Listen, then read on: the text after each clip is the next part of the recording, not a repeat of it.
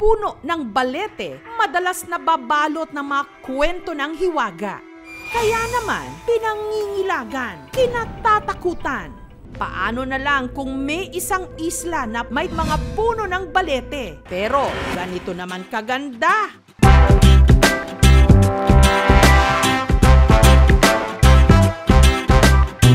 May puting dalampasigan na hinahampas ng malinaw at bughaw na tubig ng karagatan. Paraiso talaga. Matatakot ka pa? JMJSN!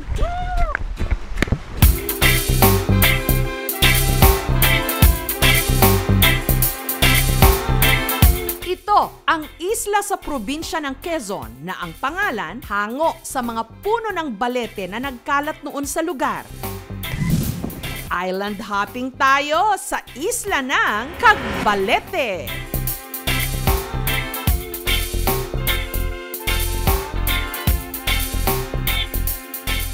4 hanggang 5 oras ang biyahe mula Quezon City. Mararating ang Sabang Port sa bayan ng Mauban. Dito, maaring sumakay ng bangka sa halagang 100 pesos. Hindi ka tutubuan ng uban sa paghihintay dahil humigit kumulang 1 oras ang biyahe sa bangka.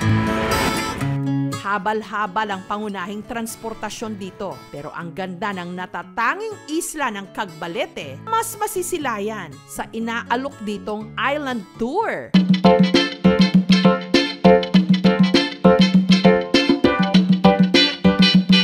Ang isa sa mga must na puntahan, ang Yang In Sandbar. Ang taga-Baguio na si Brenda, dito naisipang maglamyerda kasama ang kanyang pamilya. Pasado 9:00 ng umaga dumating sina Brenda. Mataas pa ang tubig, kaya naghintay at naglublob muna sila.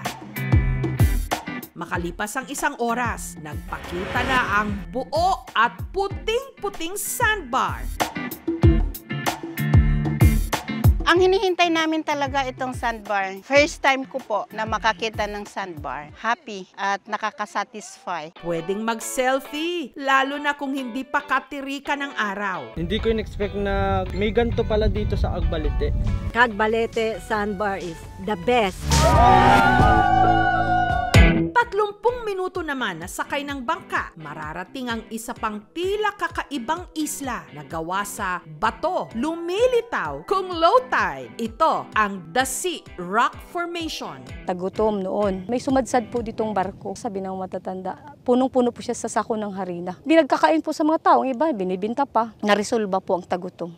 Sa gitna ng tila malawak na disyerto ng bato, makikita ang tinatawag nila ritong bonsai. Hindi po talaga lumalaki o napuputol kahit sa sobrang lakas ng bagyo. Mga century old na rin po. Yun nga lang, pahirapan ang signal ng cellphone dito sa Cagbalete Island. Wala ring mga ATM. Pero may 20 mga resorts. Pagpunuan, pwedeng makitira sa ibang residente. Homestay. 10,000 po ang up and down. 30 to 35 ang kasya na tao. Ang parinta po namin, 300 per head po isang tao.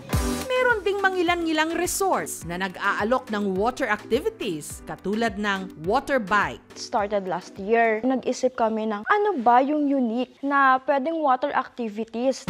Ang bagong kasal na sina Cyrus at Rogeline dito sa Cagbalete piniling mag-honeymoon. Dapat sana kami Palawan. Inaisip din namin, siyempre malayo at medyo mahal din naman. Dito, sinabi niya na sulit para ka rin nasa Palawan, Boracay. Nung ako'y nakapunta, talagang ako'y napawaw. 200 pesos ang bayad kada oras sa water bike. Hindi lang daw nila nakita ang ganda ng dagat ng Cagbalete. Nakapag-exercise pa.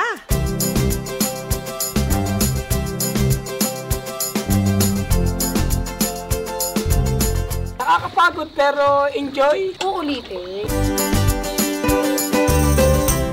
Ang probinsya ng Quezon, sagana rin sa puno ng nyog kung saan may madalas daw gumagapang. Isang klase ng alimango na madalas makita sa mga buhangin malapit sa puno ng nyog. Ang tawag nila rito, kuray. Hinuhuli ito gamit ang patibong. Susuot dito. Pagkasuot dito, lalabas yung kuray.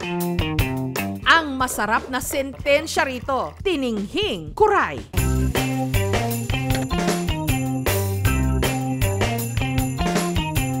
Yung tininghi ay pagluluto na ginagamit yung coconut meat. Tapos nilalagay nga yung taba ng kuray.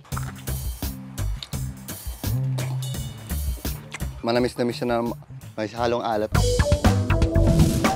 Ang Quezon Province, kilala siya sa lambanog in general. But here in Mauban, marami kaming sasa. Yung lambanog, it's from coconut. Yung nipanog, gawa siya sa sasa.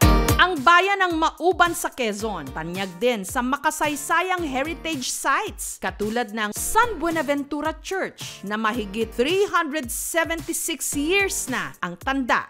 Pwede itong isama sa inyong bisita iglesia ngayong Semana Santa. Kung ang mga Hapon may tinatawag na onsen o hot springs kung saan pwedeng maligo, ang mga tiga Mauban merong public bath o pampublikong paliguan na itinayo noon pang 1725. Sa labas, parang ordinaryong bahay. Hindi halata na mahigit 300 years old na ang tanda nito.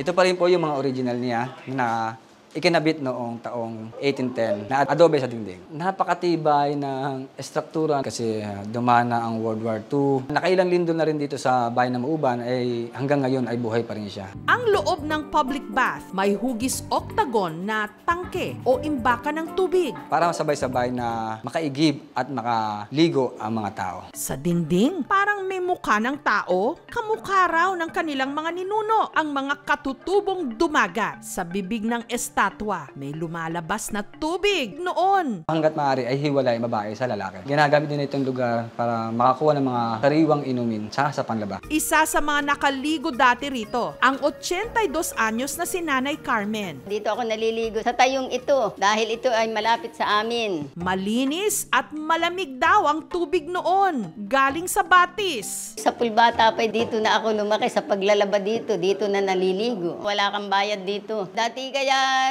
dito napunta ang mga tao, walang gripo pa neon. Idineklara itong important cultural property ng National Museum. Sa kapanahunan ng Hapon, naging taguan siya o pamarilan ng mga Hapones. Taong 1999-2000 na mawala yung current ng water dito ng Bagyong Milenyo. Natabunan niya yung kanal at dumami yung bahay sa taas kaya hindi na natin makuha kung nasa na yung pinakang main source niya o dinadaanan ng tubig.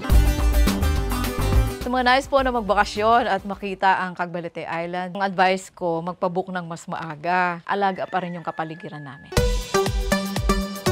Ngayong bakasyon, huwag nang magpabebe. Planuhin na ang bakasyon sa isla ng Cagbalete.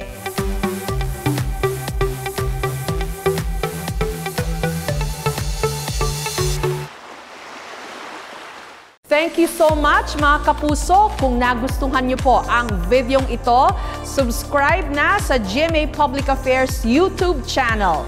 Don't forget to hit the bell button for our latest updates.